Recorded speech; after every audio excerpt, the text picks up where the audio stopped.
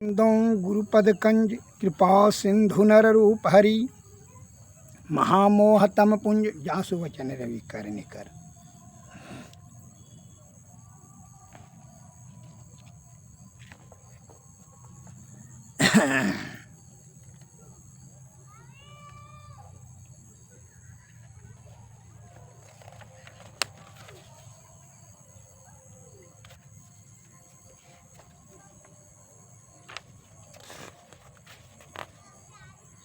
मुक्ति को उपनिषद शुक्ल यजुर्वेद का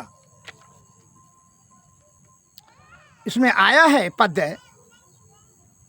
अवासन त्वात् सततम यदा न मनुते मनः अमनः ता तदोदेति परमोपदेश में प्रदाह। मन जब वासना विहीन होकर विषय को ग्रहण नहीं करता है तब मन का अस्तित्व नष्ट हो जाता है और परम शांति का उदय होता है। दूसरा पद में देता है एक तत्व दृढ़ाभ्यास अद्यवग धावतन विवर्जितम मनः प्रच्छिन्न चित्त दर्पस्य निगृह्यतेन्द्रिय द्विष ईशः पदिम अन्य इव हेमंते क्षीयन्ते भोगवासना। जब तक मन नहीं जीता गया हो तब तक तत्व के दृढ़ अभ्यास से चित्त एवं अहंकार को पूर्ण रूप से नष्ट करके इंद्रिय शत्रु को निग्रह करना। ऐसा होने से हेमंत काल के कमल सदृश भोग वासना का नाश हो जाएगा। सदगुरु महाराज की जय। सबको नचावते राम गोसाई नाचत नर मर कट की ताही। यह मन माया यह काया इसके जीवात्मा को किस प्रकार नचा रहा है विषया आसक्त होकर करके, जो कि विषय की आसक्ति से दुर्गति नाना प्रकार का भोगता है। काम क्रोध मद मोह ईर्षा राग द्वेष लोभ रूप रस गंध शब्द स्पर्श के चक्कर में फंस कर करके यह इंद्रिय सुख की तृप्ति में लग करके अपने बल बुद्धि आयु को गंवा रहा है व्यर्थ में। इसलिए एक उपमा हम देते हैं कि असंतोष से कितना यह दुखी रहता है, सदैव अशांत। जब तक यह कामना का त्याग नहीं करके संतोष नहीं कर लेगा, मन नियंत्रण में नहीं कर लेगा, विषय से मुख नहीं मोड़ेगा मन ने, तब तक यह नचाते रहेगा और अशांत करके नाना प्रकार का दुख भोगवाते रहेगा। एक बूढ़े नगर में सेठ थे। एक दिन उनका शरीर छूट गया। उनका पुत्र कारोबार संभालने लगा।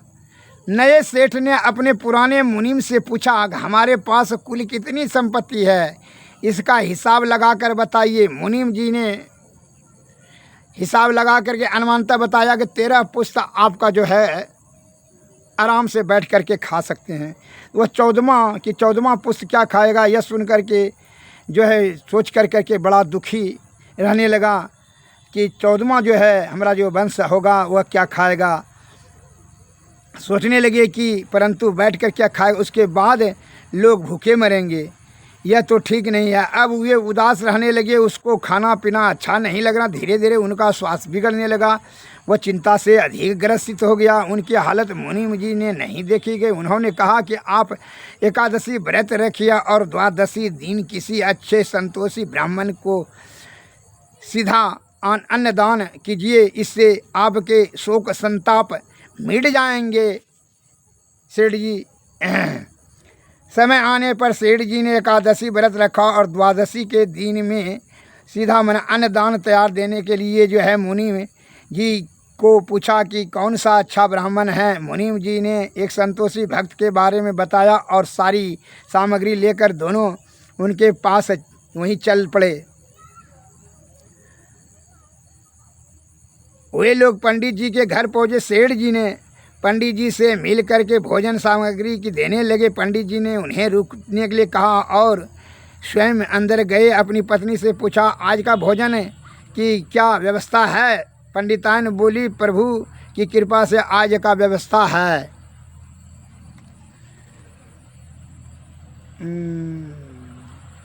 पंडित जी बाहर आकर सेठ जी से बोले, मेरे घर में आज भोजन की पूरी सामग्री है।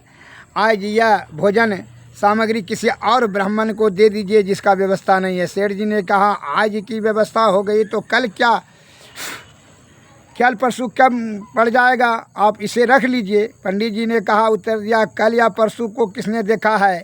हम लोग भविष्य की चिंता नहीं करते हैं। जिस प्रभु ने आज की व्यवस्था की है वही कल प्रभु करेंगे।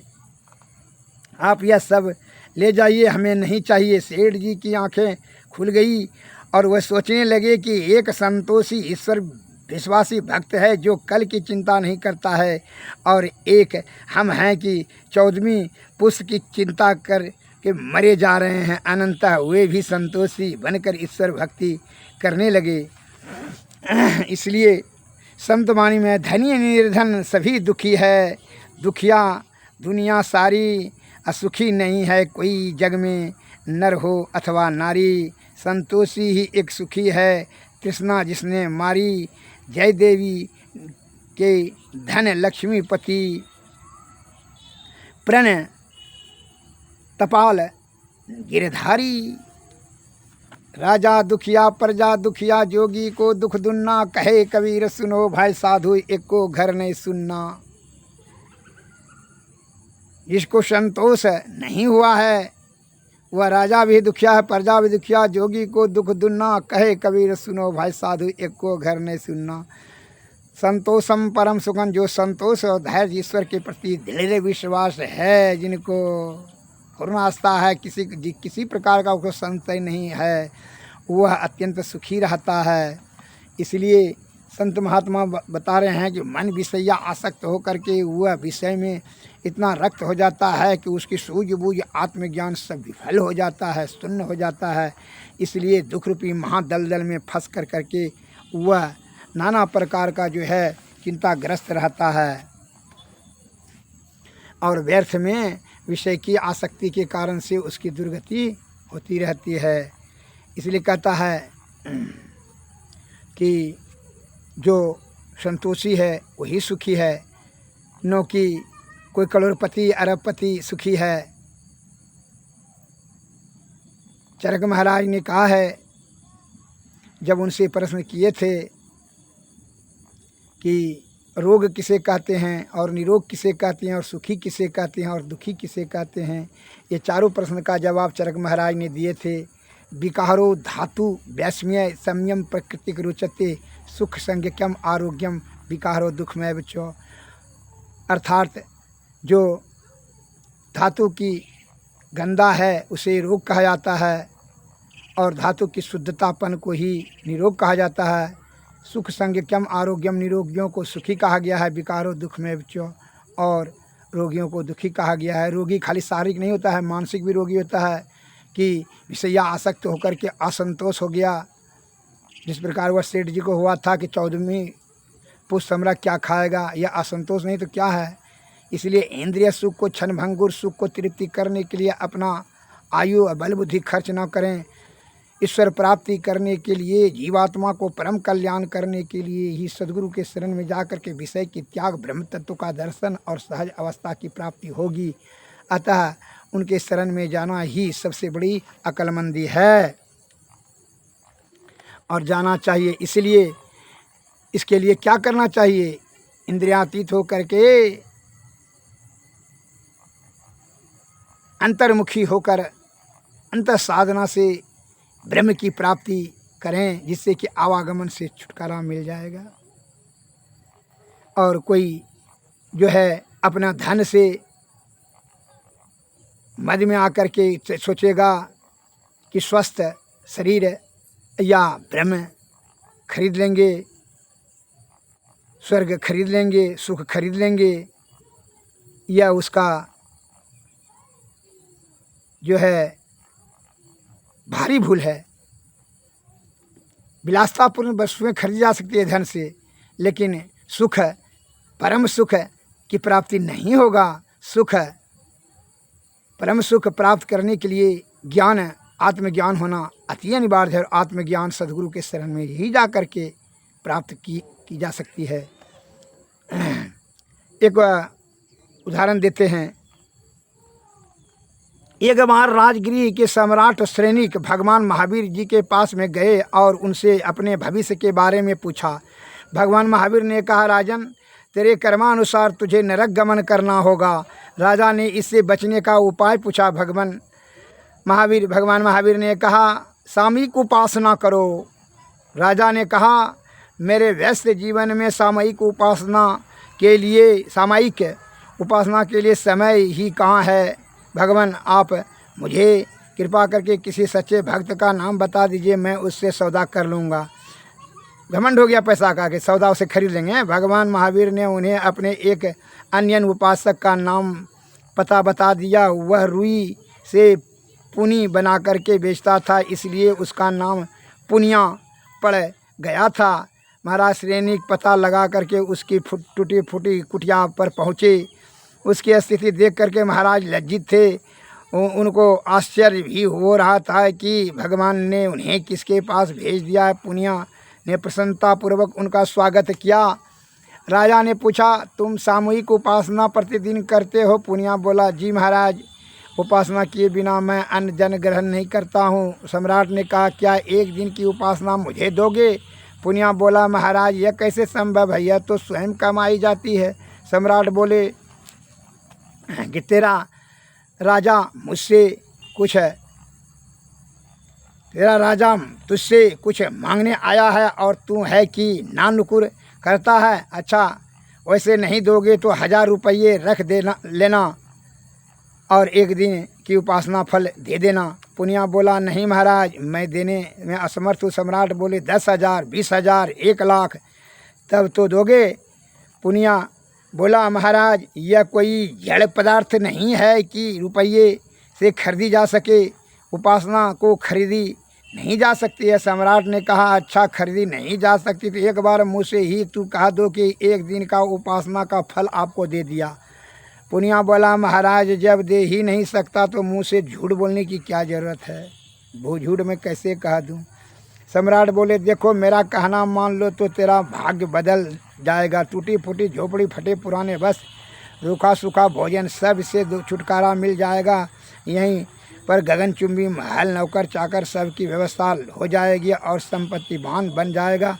एक बार तुम मुँह से भी कह दो। पुनिया बोला, धन संपत्ति का प्रलोभन मुझे आकर्षित नहीं कर सकता है। मुझे इस टूटी कुटिया में ही शांति मिलती है, इस फटे कपड़े में ही आनंद मिलता है और रूखी रोटी में ही अमृत का स्वाद मिलता है। उपासना में अपूर्व आत्मतोष मिलता है। विषय रूपी भांग में न तो शांति मिलती है न तृप्ति। अतः हमको क्षमा करें, हम जो है यह सौदाबाजी नहीं कर सकेंगे। सम्राट निराश होकर के भगवान महावीर के पास लौटे और उनसे कहा, प्रभु, समस्त प्रलोभनों के बाद भी पुनिया का चित्त विचलित नहीं हुआ। मैं उपासना का सौदा नहीं कर सका, मेरा नरक गमन कैसे छूटेगा? भगवान ने उत्तर दिया, यदि उपासना नहीं करोगे तो नियति का चक्र झेलना ही पड़ेगा। आदमी जो करता है वही पाता है। इस प्रकार से वह निराश और उदास होकर करके वहाँ से लौटे और विषय के झमेला में फंस कर करके जीवात्मा की अधोगति दुर्गति पुराते रहे। श्री सद्गुरु महाराज की जय। यह जो है धन से खरीदने का चेष्टा करना, यह सबसे बड़ी भारी मूर्खता है।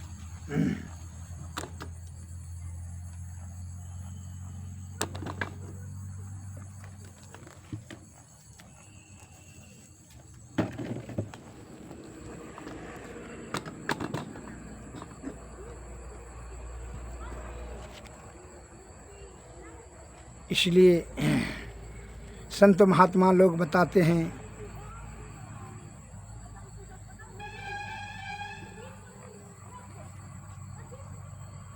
सद्गुरु के शरण में जाकर के ही अपने जीवन को परम शांति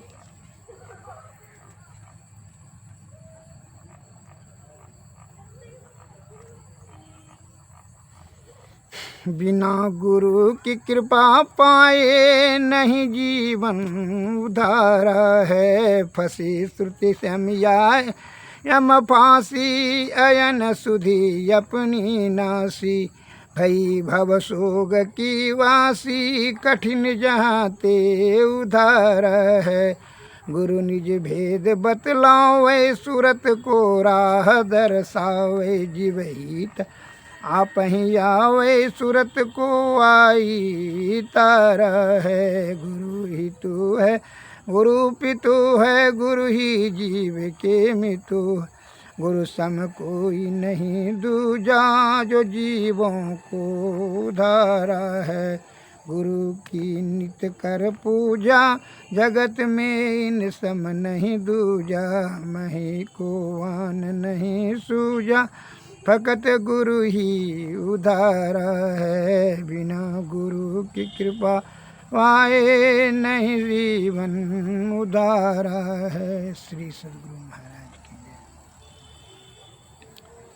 बहुत से मस्तिष्क में यह प्रश्न उठता है कि पहले सर्वप्रथम किनका ध्यान करना चाहिए जो कि यह निर्मल चित्त हो। इसलिए हमारे गुरु महाराज बताते हैं, प्रथम ही दारू गुरु का ध्यान हो। श्रुति निर्मल हो बिंदु ज्ञान। दौनैना बीच सन्मुख देख एक बिंदु मिले दृष्टि दौरे। सुकुमन झल के तिल तारा निरक सूरत दसवीं द्वारा। ज्योति मंडल में यचरज ज्योत शब्द मंडल अनहद शब्द हो। अनहद में धुन सतलोलाय भव जल तरी वो यही उपाय। मैं ही युक्ति सरल सांची लह जो गुरु सेवा रांची। श्री सद्गुरु महाराज।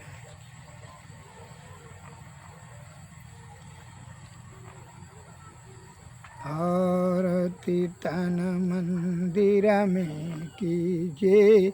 दृष्टि जुगल कर शन मुख लीजिए। चमकई बिंदु सूक्ष्म यति उजल ब्रह्म ज्योति अनुपम लख लीजिए। जगमग जगमग रूप ब्रह्मंडा निरखी निरखी ज्योति तज लीजिए। शब्द सूरतयाभ्यास सरलतर करि करि साध सवद गहि लीजिए। ऐसी जुगति काया गढ़ त्यागी भव भ्रम भेद सकल मल छीजी। भव खंडन यारति यह निर्मल प्रेमे ही अमृत रस पीजिए। आरती तन मंदिर में कीजिए। दृष्टि जुगल कर सन मुख लीजिए। सद्गुरु श्री सद्गुरु महाराज नमस्कार।